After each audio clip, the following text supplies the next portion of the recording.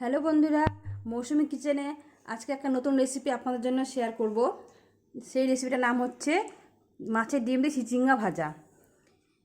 এ করতে কী কী উপকরণ লাগছে সেটা আপনাদেরকে বলে দিই। চিচিঙ্গা কেটে রাখা হয়েছে, ডিম, মাছের ডিম ধুয়ে রাখা আছে, পেঁয়াজ কুচি, লঙ্কা কুচি, হলুদ, লবণ, চিনি আর তেল, সাদা তেল। আর বেশি কিছু উপকরণ লাগবে না, আপনাদেরকে এটাও আমি করে দেখাবো আজকে।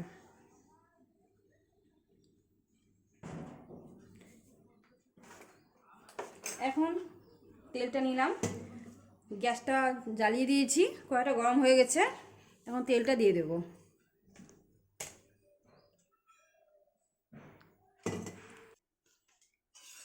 তেলটা কড়াইয়ে দিয়ে দিয়েছি, তেলটা গরম হয়ে গেছে।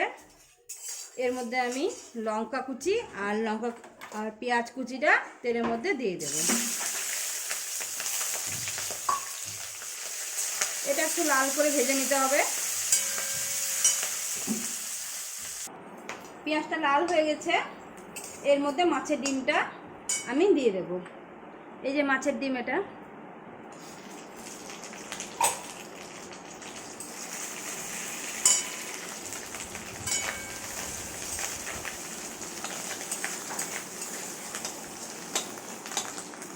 মাছের ডিমটা একটু লাল হবে, তারপর চিচিঙ্গাটা দেব। এখন রান্না করছি জানার পাশে, আমি রান্নাঘর আমার, বাইরে হাওয়াটা খুব সুন্দর উঠছে, বেশ গায়েও লাগছে আমার হাওয়াটা। আরে মাছের ডিমটা লাল করে ভাজা হয়েছে, এর মধ্যে আমি চিচিঙ্গাটা দিয়ে দেব।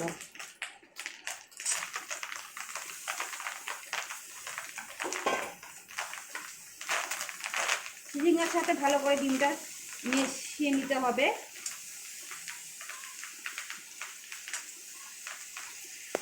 এর মধ্যে একটু পরিমাণ মতন হলুদ অ্যাড করে দিচ্ছি,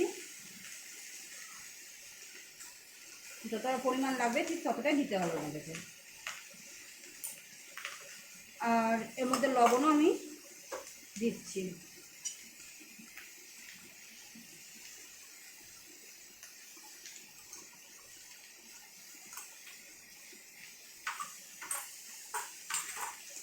আর এটা স্বাদ অনুযায়ীর জন্য চিনি অল্প পরিমাণে দেব।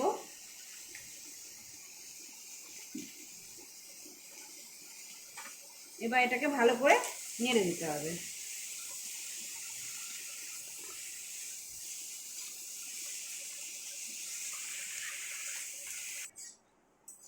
ডিমের সাথে ভালো করে নাড়াচাড়া করে মশলা দিয়ে, লঙ্কা, পেঁয়াজ, আদা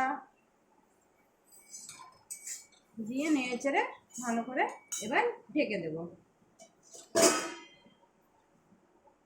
5 মিনিটের জন্য ঢেকে দিলাম হালকা। এখন ঢাকনাটা উঠিয়ে নেব, নেড়ে চেড়ে নিই। দেখুন ঝিঙাগুলো বেশ গোটা গোটাই আছে, ডিমগুলো বেশ ঝুড়ি হয়েছে।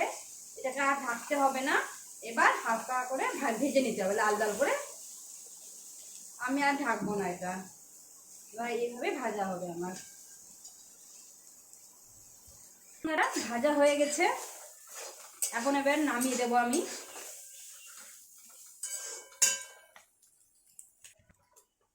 ভাজাটা রেডি হয়ে গেছে, এবার আমি গ্যাসটা বন্ধ করে দেবো।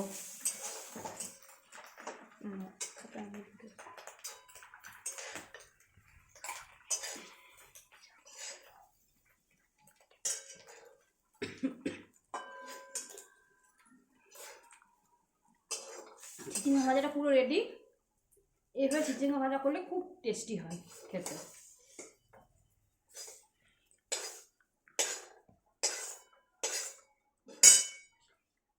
দেখুন আমাদের চিচিঙ্গা ডিম দিয়ে রেডি হয়ে গেছে।